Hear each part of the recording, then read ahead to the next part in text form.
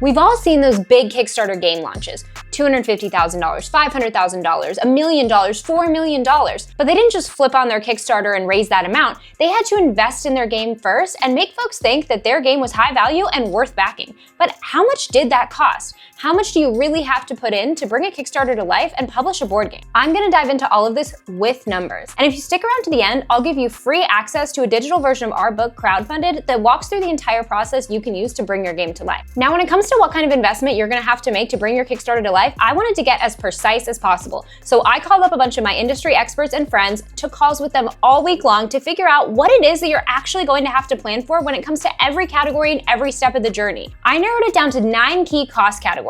As I dive into each one, I want you to keep in mind that all of these costs exist on a spectrum. There are some things you're going to have to pay for, and I'll definitely call those out. But there are some things you can DIY or a la carte help here and there. So the cost at the end is going to be a range from X to Y. And I'll definitely tell you what that is and what things are nice to have and what you must have. So stick with me and I'll summarize those categories for you at the end so you can see what it takes to bring your game to life. Let's dive in. Our first category is game design and art. You have this awesome idea in your head, but you need something tangible so you can showcase your idea, prototype it, get feedback, and take it to that next level. So for this section, we're talking design, prototype, and art. I jumped on a call with Joe Slack, creator of Board Game Design Course, to talk about this part of the journey and hear his expertise. Let's listen to what Joe said about your first prototype. So for an early prototype, I suggest doing it as basic as possible. So spending, as little dollars as possible, printing out on your own, that type of thing. And just making it look good enough. I mean, the better you make it look, the more attractive it's going to be for bringing people in to check out your game, to want to play it, to get interested in it and get kind of the feel for what the ultimate game is going to look like. But then as you're going further and further along, you definitely want to have a really, really good looking prototype when it goes to sending it out to content creators, making a video for your game, having things to present for your crowdfunding page. He went on to tell us that for your first version, the one where you're essentially working out the kinks, you could really spend $0. Use index cards, construction paper, buttons, things you have laying around from other games in your house. Makeshift can do at this stage because you're just trying to figure out if your concept is working. Then when you get to the stage where it needs to be presentable and you need to start showcasing your game and it has to look professional and polished, you can expect to spend up to $200 on the high end for a manufacturer prototype. So let's break this down even further. For that first one, $0 to $20. It could be stuff you have laying around your house or a quick trip to an office supply store.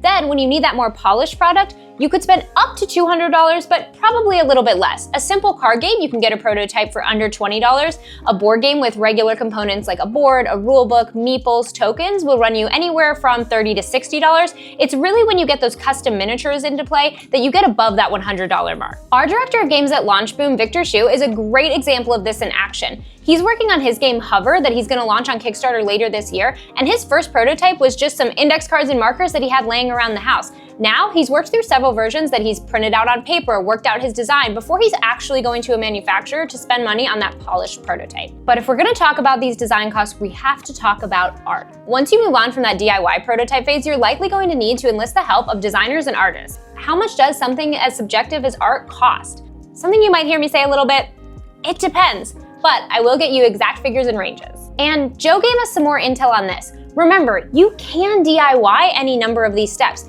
Maybe you're an artist, or your brother's an artist, or you already work in graphic design full time, so you have no issues putting together your rulebook. You don't have to spend on any of these things, but if you do need to outsource and hire experts, you could expect to spend $10,000 for designers and artists on that first run of your game. This includes art, graphic design, and rulebook. Some artists and graphic designers will work on an hourly rate, which could be around $50 to $65 an hour, or some will do a per project fixed rate. And remember, those rates are going to depend on experience, expertise, and availability. Rates will vary depending on the professional, but some that we've seen before are something like $1,000 for a box cover and $50 to $100 for a game card. But remember, art can really vary. I spoke with Tim O'Brien, creator of Goodknob. Him and his co-founder are both graphic designers, so they were able to do the rulebook, website, and design needs all in-house, but they really wanted to invest in their art. They said that art is the differentiator that sets their game apart. Between their core game and 3 expansions, they've invested over $100,000 in art. And even that $10,000 mark can be a nice to have, not a must have. It depends on what skills you're coming in with and what look you really want for your game. So this range is gonna be a big one. So you could spend anywhere from $60 on your DIY prototype and eventual manufacturer one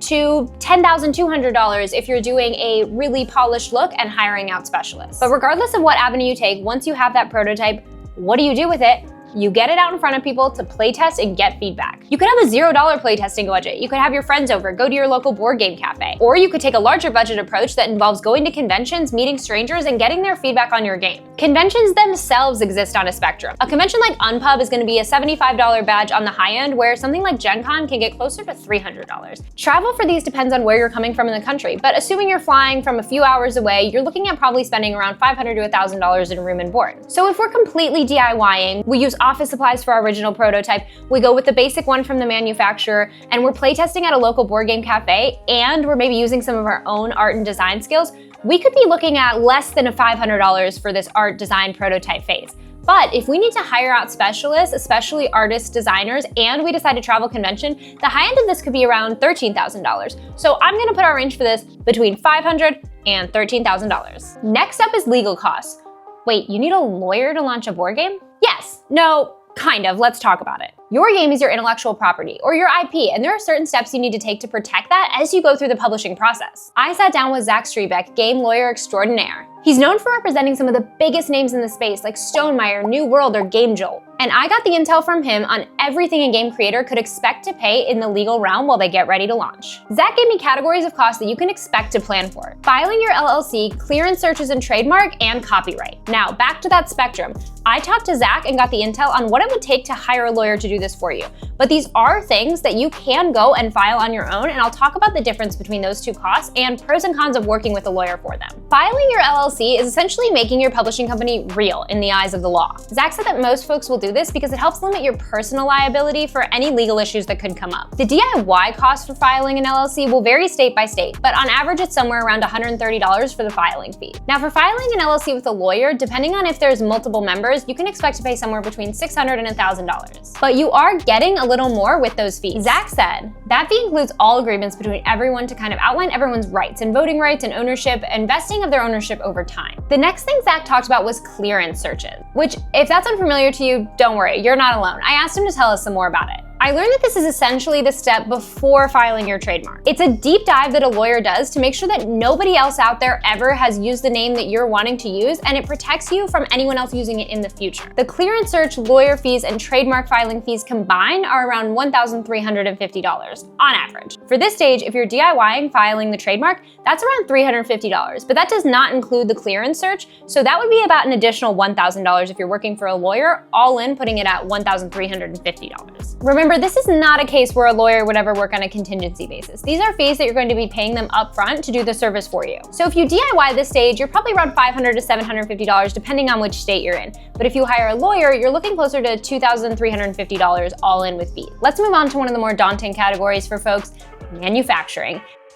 How much is it really gonna cost to physically make your game? I called up Tyler Lipchin, Senior Project Manager at Panda Games Manufacturing, to help us answer just that. He helped me talk through all of the expected costs at this stage and what you can expect. This one is a little tricky because your game might be different than your friend's game or that game you saw on Kickstarter when it comes to pieces, weight, size. So we're gonna talk through all the different cost categories you can expect and how to best estimate them for your specific game. We're trying to get to the bottom of what your per unit cost will be, or how much it will cost to make one of your game. There are a few things to keep in mind that will help us figure out what that per unit cost is, like tooling costs, minimum order quantities, and what materials you use. Let's start with tooling costs. Tooling costs are the expenses associated with creating dies, molds, or fabricating tools that are going to be specific to components of your game. Your tooling costs can range based on how common or unique your components are. So Tyler showed me a bunch of examples of things that are pretty standard that a manufacturer is likely to have a mold of on hand. Things like plastic circle tokens or acrylic gems may cost less because the manufacturer has those molds, where something completely custom will cost a lot more. Materials costs are another place where a lot of variance can come in. There are things on the cheaper end like punchboard, pre-made plastics, or wood. Then there are more complicated plastics like acrylics that are more in the mid-tier range of pricing. And you get into some higher costs with metals. So a standard token made out of some punchboard or wood,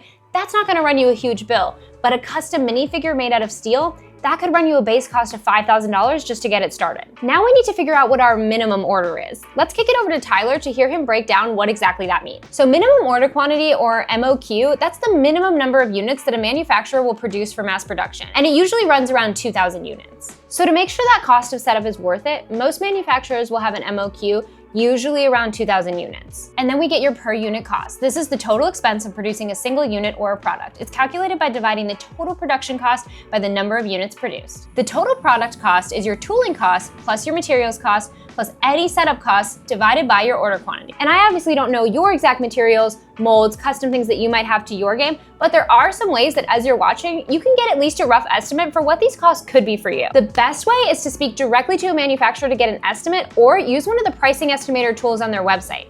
This will allow you to enter more specific information to your project so you'll get more accurate estimates back. Panda Games has one that Tyler sent over to me, and I'll make sure to link it down below so that you can access it too. But if you're just trying to do some quick mental math, Tyler gave us this little trick. First, go find a game that's similar to yours in their size and components and figure out what their MSRP is. Divide that by about 5 or 6, and that should roughly be your per unit cost for manufacturing and shipping. But remember, this is an estimate. There's a lot of variance between material and weight, but this can start to give you a rough idea. And Tyler left us with one last tip. Remember when you're getting your estimates to ask your manufacturer about any added or unexpected fees like inventory or penalty.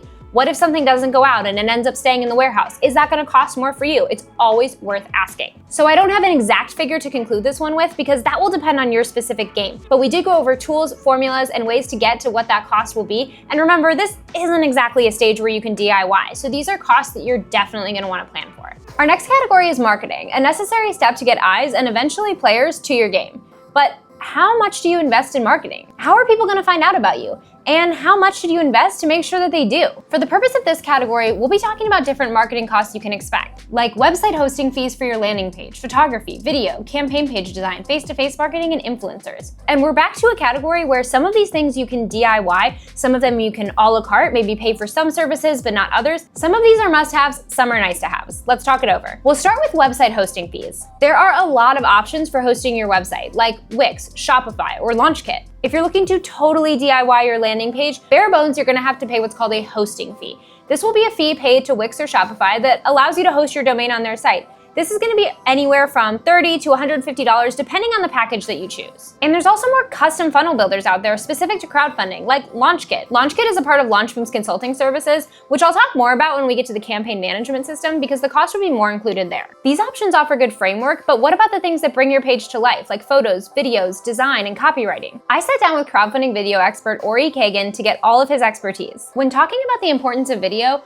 Ori said, you're communicating the experience of playing your game without actually playing it. He said there are 3 options creators have when deciding how to approach their video: DIY, modest budget, and high budget. Starting with the cheapest option, $0. Ori said this is best for creators who really have a personal story. So a do-it-yourself video, this really fits campaigns which have a strong personal story.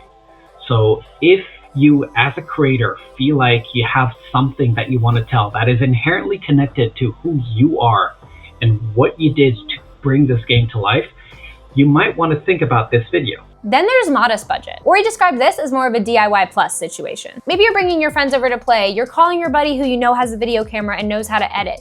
This is sort of the next step up from just shooting it on your phone. And in this category, maybe you are outsourcing editing or hiring an expert to be a voice actor, which one of Ori's pro tips was that's not a category to skimp. If you can't do a really high quality voiceover yourself, that's something where you might want to outsource because a good voice telling your story can really make that video feel immersive and have folks feel like they are actually in your game. Then there's the third option, high budget. This entails hiring an expert who's well-versed in things like animation, editing, and production that will really give that immersive feel. Think videos like CBs. It really brings you into what it feels like to play without ever playing. You're not just watching someone play it, you are in it. But these high production videos do come at a cost. They range anywhere from $3,000 to $15,000. But we still have other elements in the campaign page to consider, like photo, copy, and design. Photographers will vary based on availability, skill level, experience, and the quantity and type of photos you're looking for. But Ori typically sees ranges from $300 to $3,000 depending on if you're hiring off of a freelance website or a high-end industry professional. There's a similar range that he sees for graphic designers. These designers can help you build out the structure of your page or provide templates to work from.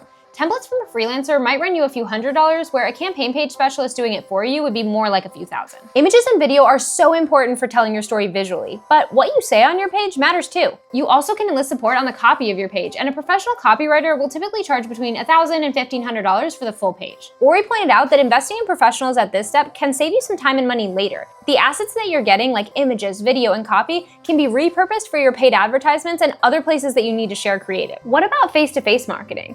You're hosting your landing page, you have beautiful creative and copy, But how are we getting people to know about it outside of the internet? We talked about going to conventions in the playtesting stage, but it can also be a way to get more eyes and backers on your campaign. Now, I definitely have to note on this one, this is a completely optional. It's really nice to have, but it's not a must-to-have for launching your game on crowdfunding. Regardless, let's still talk about what it costs in case this is something you want to build into your budget. Convention costs include things like flights, food, booth fees, marketing materials, hotels, anything that goes into not just you attending and being physically present at the convention, but really making a splash while you're there. Domestic flights for a convention can range anywhere from $3,000 to $1,000 depending on where in the country you're flying from and which convention you're going to. And don't discount a seat upgrade right away. Upgrading my seat can actually be a way that I save money when going to conventions if I have a lot of stuff to bring with me. If you're going less than a couple hours away, a first class upgrade, depending on the airline, can be anywhere from $100 to $200, and you often get extra weight that you can bring in your checked bags for free. For example, I fly American Airlines a lot, and I upgrade my seat for $150. I then get 150 free pounds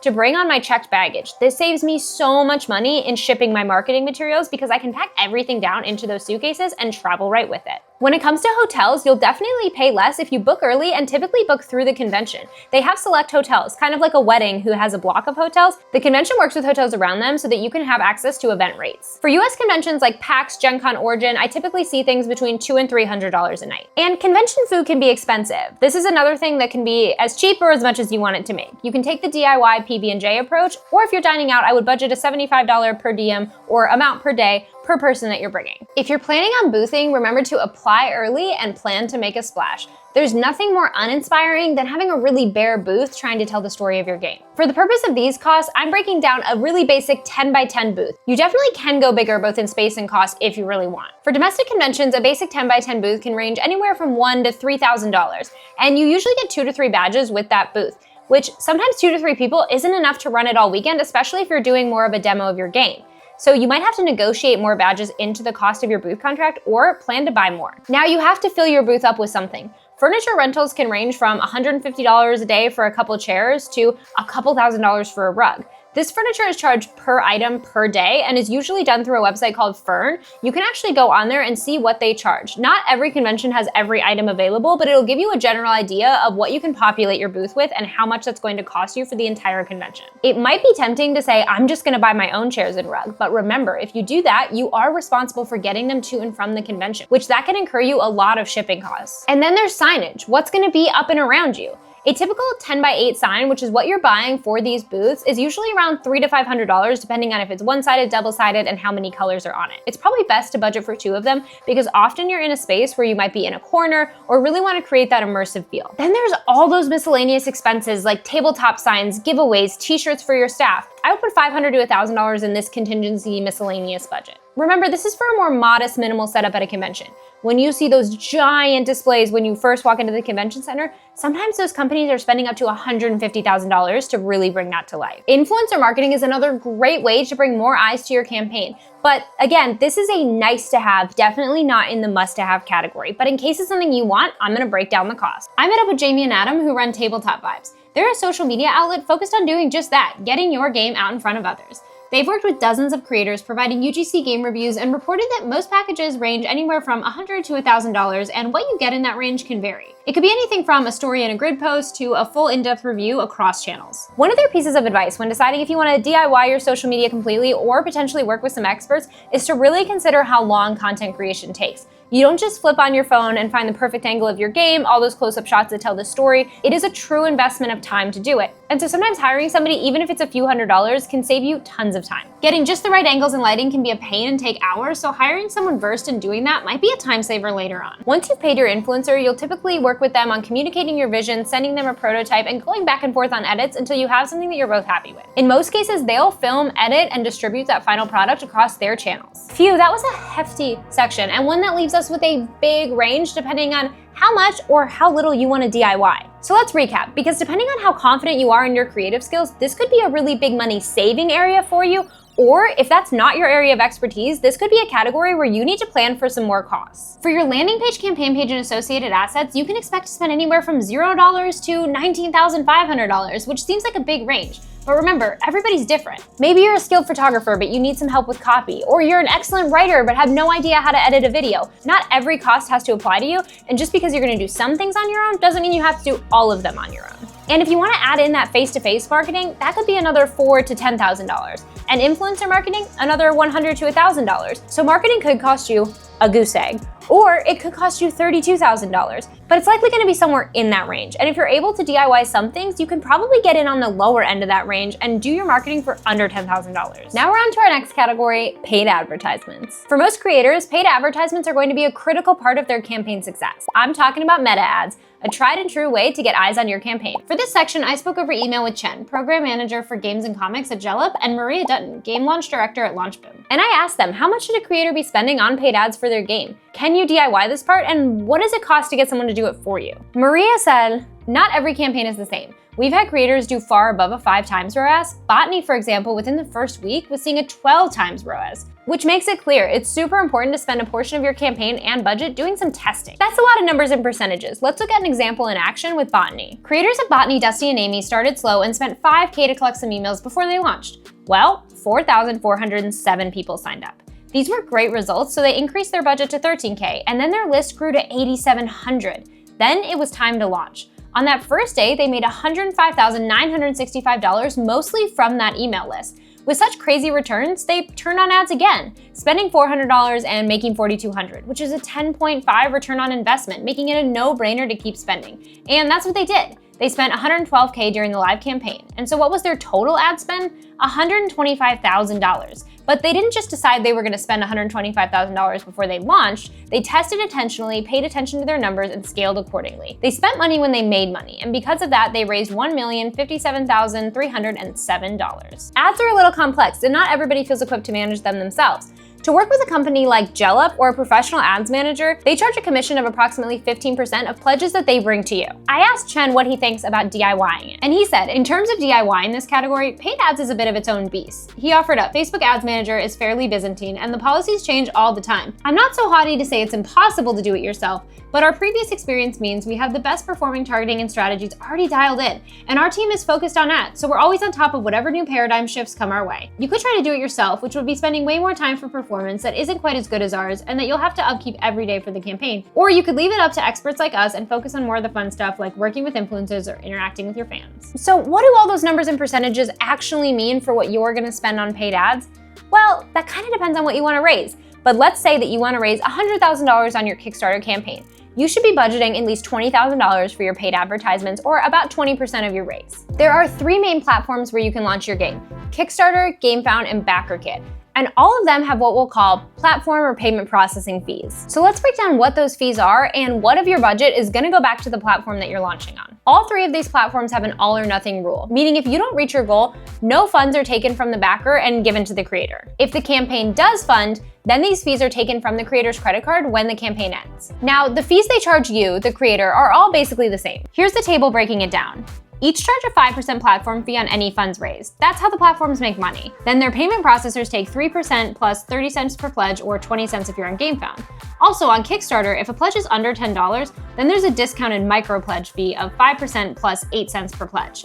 So if we go back to our $100,000 raise and say we launched on Kickstarter, 5% of that is going to Kickstarter, $5,000, then 3% in payment processing, which is $3,000 plus 30 cents per pledge, which if you had an estimated 500 backers would be around $150. Remember, this math is gonna be different depending on your campaign's exact raise and number of backers. But for the sake of our $100,000 model example, that would bring your platform fees to around $8,150. So this part might be slightly different to budget for because you're paying it off of what you raise, not upfront. Okay, we made it to the fulfillment section, which, like manufacturing, is where a lot of your costs can vary based on size, weight, and components. So I might not be able to give you an exact figure for your campaign, but I can tell you what costs to look for so that when you're talking to a 3PL partner, you know what to ask. I sat down with Josh Burdick from EasyShip, Brandon Rollins from Fulfillrite, and Justin Burgeon from Arc Logistics to get the rundown on what those categories are. We talked about all the different categories like containers, VAT, tariffs, inventory, pick and pack, and last mile delivery. Let's start with containers. Containers are the object used to store your game when shipping. They come in 2 standard sizes, 20-foot and 40-foot. A 20-foot container could range anywhere from $1,500 to $3,500, where a 40-foot might be more like $2,500 to $5,500. Justin broke this rate down even more for us and how it's gonna vary depending on where it's going from China. And remember, these figures can change and vary over time. So I'm filming this video in May 2025, and that's what these estimates represent. A 40-foot container going from the West Coast is gonna be $2,000 to $2,500. East Coast right now, more like $4,000. Chicago closer to $5,000 to $5,500. And that's just port-to-port charges. And remember, containers that are heavier are going to be on the higher end of those ranges. And then there's VAT. VAT is your value-added tax. A value-added tax is a consumption tax that is levied on the value added at each stage of the product's production and distribution. VAT is similar to and often compared with a sales tax. These rates can vary depending on specifics of your game, but Josh from EasyShip actually let us know that they have a VAT calculator tool, which I'll make sure to put below so you can access. As an estimate, VATs normally range between 17 to 20%. And there's tariffs. Tariffs are all over the news right now. But regardless of headlines, they're always going to be a part of your built-in cost on some level. The majority of board game creators will manufacture in China, and you're always paying a tariff on the country of origin. Even if you manufacture in China and assemble in Vietnam, or it goes through Canada first, you're gonna pay that Chinese tariff. As I'm filming this video in May 2025, that Chinese tariff is sitting at 145%. But that could change at any time. Just a couple months ago, it was 21%. And then we have inventory. This is how much you're paying a warehouse to store your product. Think of it like rent for your game. But unlike an apartment where you pay the whole thing no matter what, you're often only paying for the space that you take up. Josh said that if you start with 1,000 units, but you move 250 of them, that month you're only gonna pay for that space that it takes to host that 750 remaining. And on average, a pallet can range between $5 and $40 depending on your warehouse and its location. And how many units fit on that pallet? That's dependent on the size of your game. And then there's pick and pack, which is exactly what it sounds like. This is the cost that the warehouse incurs to have either a person or a robot take your game and put it into that box for shipping. And the fee can depend on your game. A simple car game might be between $2 and $5. Brandon from Fulfill Right says he sees on average a $2.25 pick and pack fee, usually with something like a 25-cent fee for any extra components per component. And we can't talk fulfillment without talking about last mile. This is the part where it goes from the warehouse into the hands of your backer. And Josh from EasyShip had a lot of good advice on this. I usually just recommend going for the cheapest and most reliable carriers. And the reason I say that is it's not like an Amazon order, right? Where you have to have this overnighted to your customers. I mean, if that's your game plan, then by all means you can use the FedEx or UPS and get it there really quickly. I usually say go with USPS, and unless you have a horrible idea of USPS, and some people do and don't want to use them, but I usually recommend USPS Ground Advantage. It's anywhere from 2 to 7 days to get that to the customer, and it's your cheapest option. They have great tracking solutions, and it's just a good way to keep your initial costs down rather than, offering 2-day delivery. I mean, if your backers are willing to pay that, then you're fine. But if you're offering, a free shipping solution or something like that, I'd go cheap and reliable every day. Brandon agreed with Josh's general consensus on USPS tending to be the cheapest option, but he added in that UPS Ground has also become competitive over the last few years. It's always worth checking every shipping option to see what might be cheapest for your area and your game. And Josh left us with a really good tip. Remember that a lot of your shipping costs are going to be determined by what you decide in the manufacturing phase when it comes to material size and weight. All of these dimensions are going to influence the fulfillment costs later on. And Brandon also had some good parting advice for this category. Don't DIY this side of things. Work with an expert. Communicate actively and openly about shipping costs as early as you can with your backers, and don't lock in those shipping costs too early. He recommended using tools like EasyShip's VAT calculator and a tool called Freightos, which I'll link below, that can help you plan for costs up front. And because of all those variables, I can't tell you your exact shipping cost, but remember that trick that Tyler from Panda Games taught us when we were talking about manufacturing. Find a game that's similar to yours, figure out their MSRP, divide it by 5 or 6, and that'll give you a really rough estimate of your manufacturing and shipping costs combined. And remember, those are those per unit costs. Okay, you've made it this far, and you might be thinking, that's a lot to manage. And you are not alone in that thought, which is why campaign management is a whole other category. There are so many different options, from completely DIYing it to white glove agency. I called back up my friend and colleague Maria Dutton, who's the game launch director at LaunchBoom, to talk about what these different options look like and how much they cost. And here's what she had to say. So there's 3 different types of approaches you can take when self-publishing a game. You can find someone to take care of the whole campaign for you. That's more of what we call a full service approach, where you hand it off to different marketing experts to maybe run your ads, set up your page. On the flip side, you could do it completely on your own. This will be more cost effective in terms of allocating more towards something like your ad budget or a budget you set aside for engaging influencers. But the downside here is you actually might spend more in the long run if you're not as comfortable or familiar doing things like running your own ads and optimizing those budgets. The approach in the middle of those two is what we provide at LaunchBoom. It's more consultative, so We work alongside creators who still want to be involved in the process, but have more of that guidance element where you're working alongside experts in this space who know marketing, know crowdfunding, and are taking you step by step through that process to make sure that, yes, you can allocate a little bit more to your budget in terms of ads and instead of going for the full service approach, but you're still doing things. Managing your campaign yourself is free, but that means you're left to do a lot on your own. Which, if you're somebody who's working a full-time job while trying to launch your campaign, that might be insurmountable. With the consulting model, you're doing a lot of the work yourself and staying close to the project, but you're doing it with the guidance of crowdfunding experts. Different than the DIY model, this will keep you from hitting common roadblocks or knowing how to work through errors fast and not wasting time in the wrong spots. Consultants guide you through every step of the launch process, like your strategy, funnel, and platform. And in our case for Launch Boom Games, we take it a step further by offering not just advice, but our custom funnel builder software, LaunchKit, expert-led workshops, and a community of other tabletop creators to connect with. And then there's full-service white glove agencies that take on more of that work for you. Those are typically around $10,000 to $15,000, depending on the commission model they use. You might find something as high as $25,000, but that would be pretty rare in this industry. These can vary depending on if they do a commission model or not, but they're typically around $25,000. And remember, they help you manage all these moving pieces, but paying them does not necessarily take away the fees for freelancers or other experts that you might have to hire from the categories we covered before. That was a lot.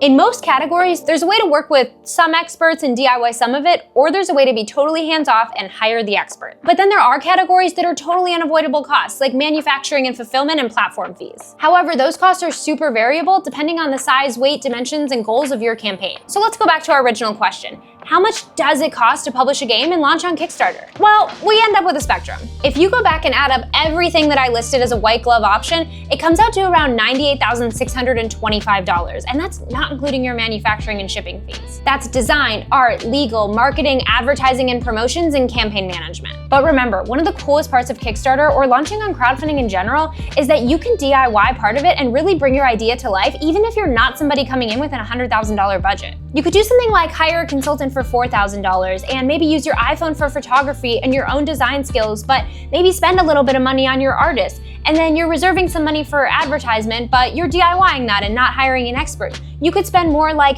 $20,000 than $98,000. It really is a spectrum depending on what you want to invest when it comes to both time and money. And like I promised at the beginning, I'm gonna recap what those nice to haves and must haves are. Nice to haves would be things like outsourcing artists, graphic designers, copywriters, video editors, and photographers. Another nice to have would be like a total white glove campaign management service or somebody running your ads for you. Also on the nice to have list, attending a lot of conventions. And then there's your must haves. You're gonna pay for platform fees no matter what. It's gonna cost money to manufacture your product, and you're gonna have to ship and fulfill on it. And then there's costs like the filing fees for the legal documents, whether you work with a lawyer or not, and those hosting fees for your website. So remember, crowdfunding can be really expensive, but it doesn't have to be. These are all the categories you can anticipate costs for, and you can figure out what level of engagement or hiring out you're gonna do to bring your game to life. I can't wait to see your launch. And as promised, I've linked a digital copy of our crowdfunded book below so that you can learn even more as you get started on your crowdfunding journey.